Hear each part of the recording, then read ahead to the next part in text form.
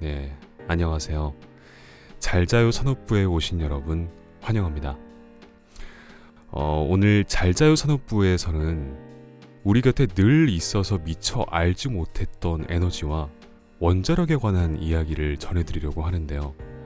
아주 흥미로운 이야기들로 가득 차 있으니 기대 많이 해주세요. 자, 일단 오늘 저에게는 미션이 한 가지 있는데요. 바로 이 블록 맞추기입니다. 원자력 발전소 블록으로 모델명은 바로 APR 1400이라고 하는데요. 일단 이 블록 제품은 탄생부터 아주 특별하고 소중하다고 해요.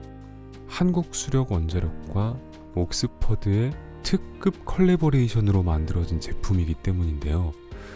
아마 블록 마니아 분들도 처음 보실 만큼 아주 귀한 리미티드 에디션이라고 합니다. 왜냐고요? 팔지 않기 때문이죠. 일단 현실에서 원자력 발전소를 직접 만들어 볼 수는 없으니 이 블록으로 대리만족하며 만들어 보겠습니다. 와, 정말 블록 이거 진짜 많죠? 이게 다 몇 피스일까요? 이거 제가 얼핏 듣기로 꽤나 오래 걸린다는 소리를 들었거든요. 5시간 걸린다는 소문이 있던데 설마 저 밤을 지새움에 맞추는 건 아니겠죠? 정말 거짓말 안 하고 블록이 많습니다. 몇 피스인지 제작진분들 세봐 주실 수 있으면. 예전에 블록은 아이들이나 가지고 노는 거란 말이 있었는데 요즘은 정말 옛말이죠. 어른들도 취미로 블록 조립을 많이 하시잖아요. 근데 제가 해보려니 왜 어른들이 블록 조립을 하시는지 알겠어요. 일단 이렇게 복잡해서 애기들이 할 수 있나 싶고요. 블록 하나하나 생각 이상으로 디테일하네요. 와, 이렇게까지 디테일하다고 하는 느낌이 있습니다. 그리고 이게 블록끼리 딱딱 맞는 쾌감이 있긴 한데요.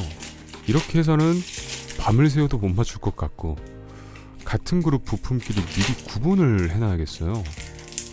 자, 일단 철근 콘크리트 구조물로 바닥 기초를 만들어줍니다. 제가 만들고 있는 이 원자력 발전소의 이름은 바로 APR 1400입니다. APR 딱 봐도 줄임말로 하나씩 따온 알파벳 같죠?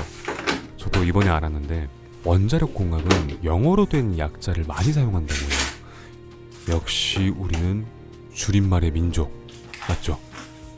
APR을 풀어서 설명해드리면요, Advanced Power Reactor의 약자로 리액터는 원자로를 뜻하고 숫자 1400은 발전소가 생산하는 전격 전기 출력의 양을 의미하는데요.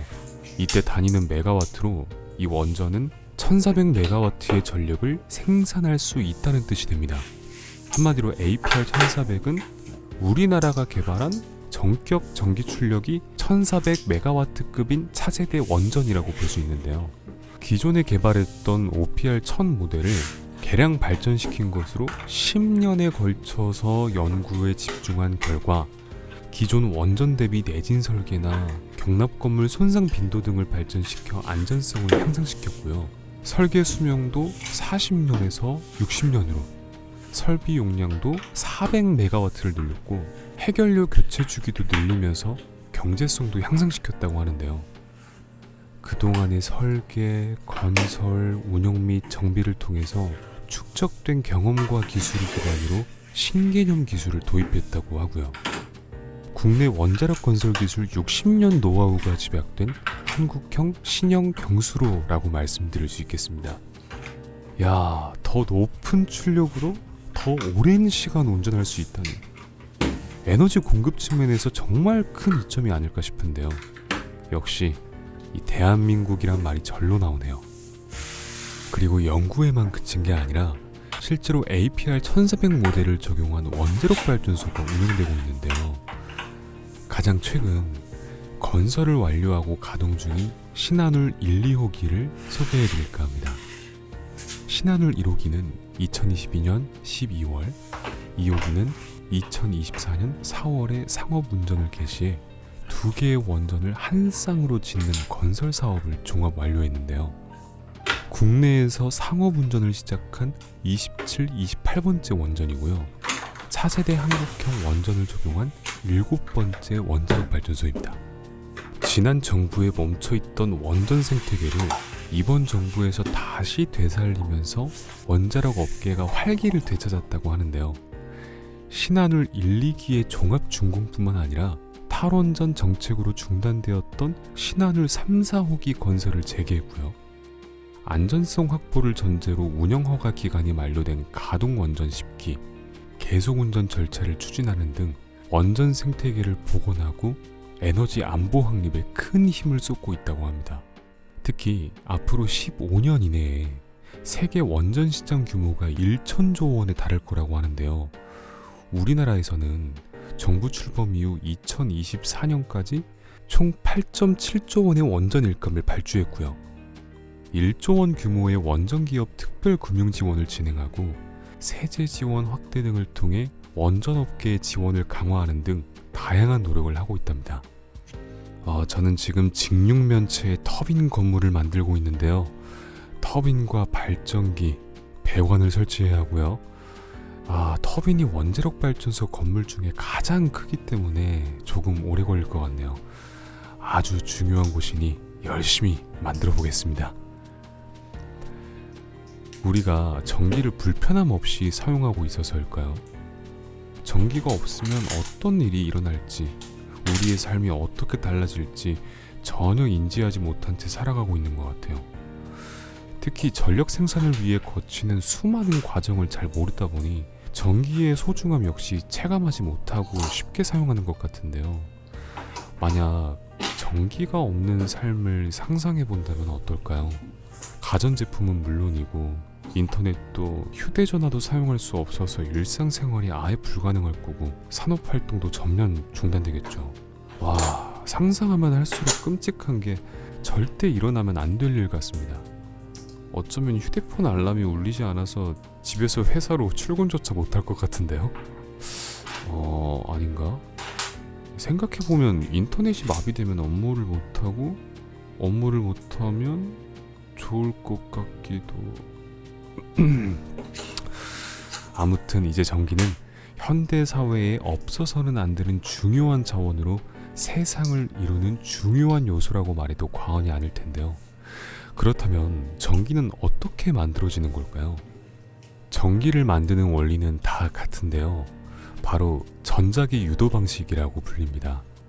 자기장의 변화가 전기를 유도한다는 패러데이 법칙을 적용하는 건데요. 자기장의 변화를 만들어내기 위해선 자기장 사이에서 코일을 돌리거나 코일 사이에서 자석을 돌리곤 한다는데요. 어떤 방식을 선택하던 가운데 있는 코일을 회전시켜야 하는데 이걸 바람으로 돌리면 풍력 발전이 되고 물의 낙차를 이용해서 만들어내면 수력 발전이 되는 겁니다. 그 중에서도 원자력 발전은 화력 발전과 마찬가지로 열 에너지를 이용해서 터빈을 회전시키고 전기 에너지를 만드는데요. 원자력 발전소에서는 우라늄 같은 원자핵을 사용합니다. 우라늄 원자핵의 중성자가 부딪히면 원자핵이 두 개로 쪼개지면서 많은 에너지를 방출하게 되고요. 이 과정을 핵분열이라고 하는데요. 이 에너지는 대부분 열로 방출되는데 이 열을 이용해 물을 끓이고요. 끓여진 물이 증기로 변해 고온 고압 상태에서 발전소의 터빈을 돌리게 됩니다. 증기가 터빈을 돌리면 터빈에 연결된 발전기가 회전하면서 전기가 생성되는데요. 한마디로 우라늄 같은 원자핵이 분열하면서 열을 만들고 이 열이 증기로 변해 터빈을 돌려 전기를 만드는 겁니다. 참 쉽죠? 하지만 이게 말이 쉽지 정말 어려운 일이잖아요. 얼마나 많은 연구와 노력의 집약체인지 감히 상상하기도 어려운 것 같습니다. 전기는 이렇게 전통적인 화석연료 방식에서부터 재생가능 에너지 그리고 핵 에너지까지 정말 다양한 방법으로 생산되는데요. 하지만 여기서 문제가 있었으니 보통의 발전소는 이 과정에서 이산화탄소 등 탄소가 배출되는 거죠. 그래서 물이나 태양 등 재생에너지를 사용하려고 큰 노력을 기울였는데요. 날씨나 환경적인 요인에 따라서 발전량이 들쑥날쑥해서 안정적인 전기 공급에 어려움이 있다고 합니다. 저는 이런 상황 속에서 원전이 꼭 필요하다고 생각되는데요. 사실 원자력 발전, 원전 건설이 화두에 오를 때마다 이런 이야기가 오가곤 합니다. 국내 발전소 증설 계획이 진정 필요한 것인가? 전력 보급에 문제가 없는데 굳이 왜 지어야 하는가? 이런 의견으로 갑론을박하게 되는데요. 일단 발전 설비 예비력을 고민해봐야 합니다. 기존 발전소의 고장이나 예측하지 못한 정지 상황이 발생했을 때 전력 공급의 차질을 막기 위해서 예비 전력량을 확보해 두어야 하는데요. 현재 발전소가 아주 많아 보여도 실제로 작동시키지 않는 발전소, 즉 가동 중지된 발전소가 있다 보니 안정적인 공급을 확보하기도 쉽지 않은 상황이라고 합니다. 게다가 매년 여름은 그 어느 해보다 무덥고 겨울은 그 어느 해보다 추운 요즘 날씨의 특성상 한여름, 한겨울마다 찾아오는 전력 피크 현상이 잦아지고 있다고 합니다. 정말 올해도 어찌나 덥던지 에어컨을 내내 달고 살았던 것 같은데요. 모두 저와 같은 상황이셨죠. 그래서 지난 8월엔 국내 전력 총 수요가 역대 최대치를 경신했다고 하더라고요. 날씨뿐만 아니라 반도체, 전기차, 탄소 중립 등 다양한 요인으로 전기 사용은 나날이 폭증하고 있는데요. 특히 첨단 산업 발전에 따른 전력 수요 급증에 대응할 안정적인 전력원 확보가 꼭 필요하다고 합니다. 첨단 산업 중에서도 대한민국 경제의 중요한 축을 이루며 우리나라의 경쟁력으로 불리는 반도체 산업, 경쟁력 강화를 위해 반도체 클러스터를 조성하고 있는데요. 과연 최신 반도체 생산 공장을 운영하기 위해 필요한 전기의 양이 어느 정도 될까요? 물론 운용 규모에 따라 다르겠지만 1에서 1.5기가와트 안팎의 전력이 필요하다고 하는데요. 방금 전에 소개해드린 신한울 1, 2호기가 생산하는 전력은 반도체 공장 2~3개를 돌릴 수 있는 양이라고 합니다. 정말 다행이죠. 2023년 기준으로 원전은 전력 생산의 30.7%를 담당하고 있어 화력발전 다음으로 많이 사용되는 발전원이었는데요. 원자력은 작은 면적에서 많은 전력을 생산할 수 있고 설비 가동률 역시 다른 에너지원에 비해 높은 편이라서 재생에너지를 보완할 수 있는 핵심 전력원으로 평가받고 있답니다. 특히 반도체, AI 등 첨단 산업의 경우 안정적인 전력 공급이 핵심인 만큼 기저조원으로 언제나 일정한 전력을 생산하는 원전의 역할이 더욱 중요해질 전망입니다. 원전이 필요한 이유가 한 가지 더 있습니다. 우라늄 원료 핵분열로 발생하는 열을 사용하기 때문에 이산화탄소와 같은 온실가스를 배출하지 않기 때문인데요.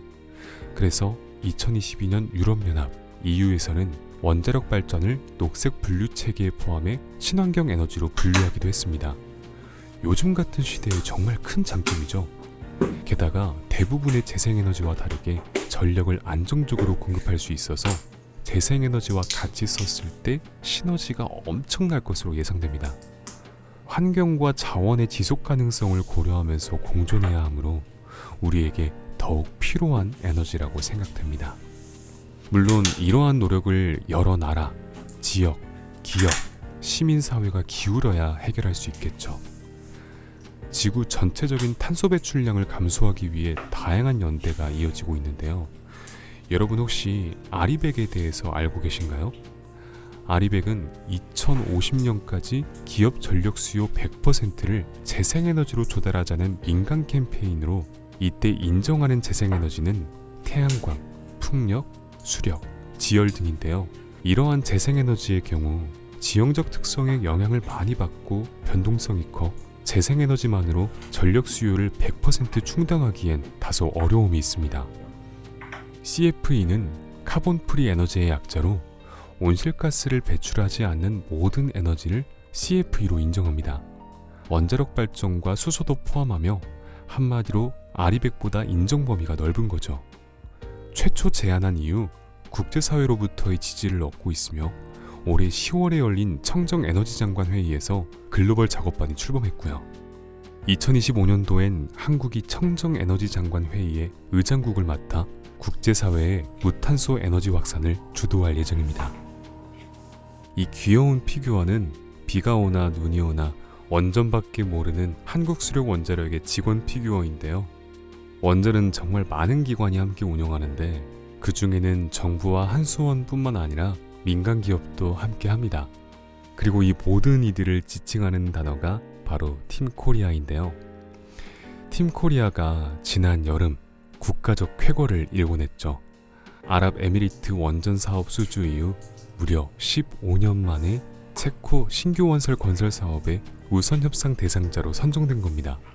체코 신규 원전 사업은 두코바니와 테물린 부지의 대형 원전 최대 4기를 건설하는 사업으로 체코 현대사 최대 규모 사업인데요.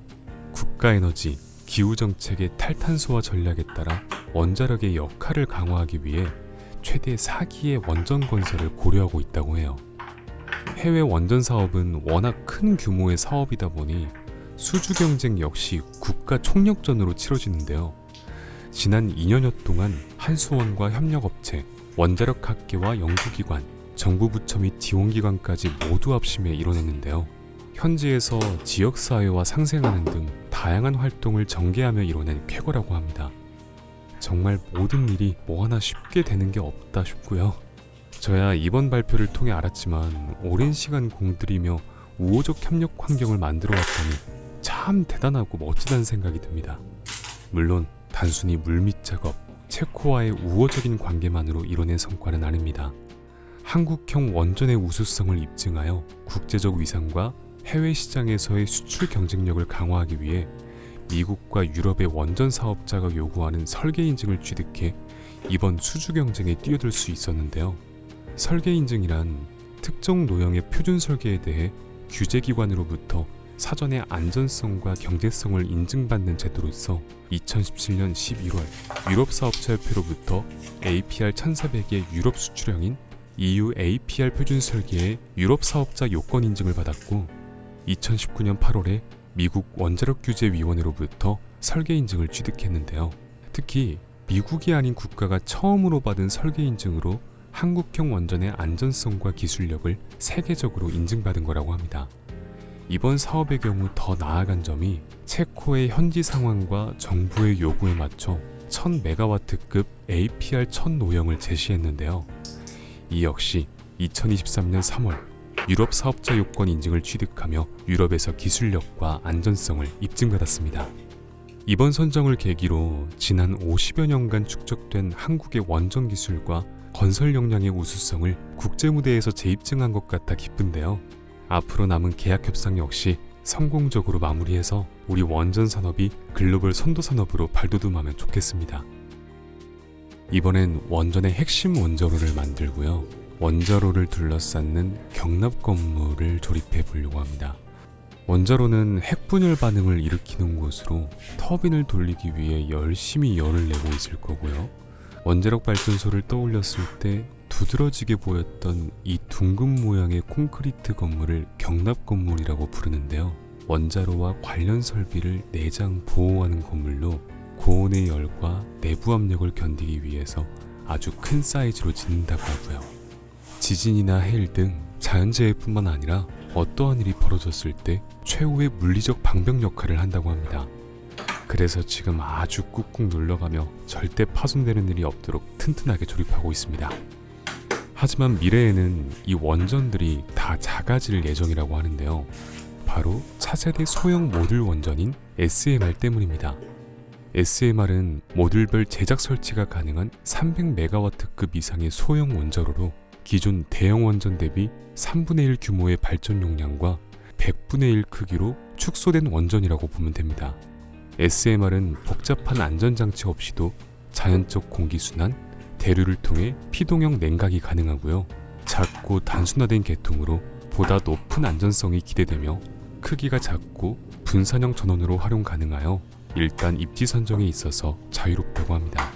뿐만 아니라 필요한 전력량에 맞춰서 모듈 단위도 자유롭고 이어붙일 수 있음은 물론이고 탄력 운전 등 혁신 기술을 적용하여 출력을 자유롭게 조절할 수 있는 운전 유연성을 큰 장점으로 꼽을 수 있겠습니다.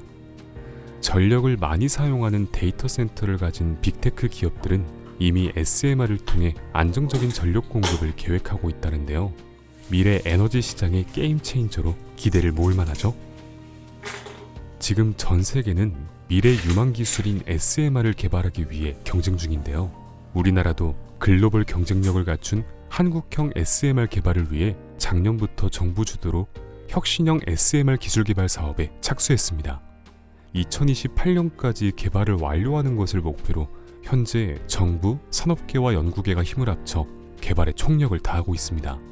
또한 소형 모듈 원전 글로벌 시장 선점을 위해 민관합동 SMR 얼라이언스를 출범시켜 국내외 다양한 SMR 프로젝트에 우리 기업들이 참여할 수 있는 비즈니스 전략을 수립하고 SMR 상용화를 촉진하기 위한 제도 정비 과제를 발굴하고 있다고 합니다. 전 세계적으로 많은 국가와 기업들이 SMR의 가치를 알아보고 도입을 추진하고 있는 만큼 향후 SMR 분야에서 무궁무진한 기회가 있을 것으로 예상됩니다. 한국 원전 산업계의 또 다른 도약이 정말 기대됩니다. 드디어 완성! 이렇게 완성된 원자력 발전소를 보고 있으니 정말 뿌듯합니다. 이 작은 모형을 조립하는 것도 이렇게 힘든데 실제 원전은 얼마나 초고도화된 기술의 집약체인지 감이 오지도 않는데요. 그동안 끊임없이 연구와 개발에 정진해온 원자력 분야 산업계 연구계 분들의 노고에 정말 감사하다는 말씀을 드리고 싶네요. 원전은 단순히 전력을 생산하는 것 이상의 의미가 있다고 생각합니다. 수많은 일자리 창출은 물론이고 지역 경제 활성화 그리고 수출 파트에 큰 역할을 할 거라 믿어 의심치 않는데요. 앞으로도 여러분의 많은 관심 부탁드리고요. 원전 산업 종사자 여러분 존경하고 힘내셨으면 좋겠습니다. 그럼 이제 정말 진짜로 잘 자요.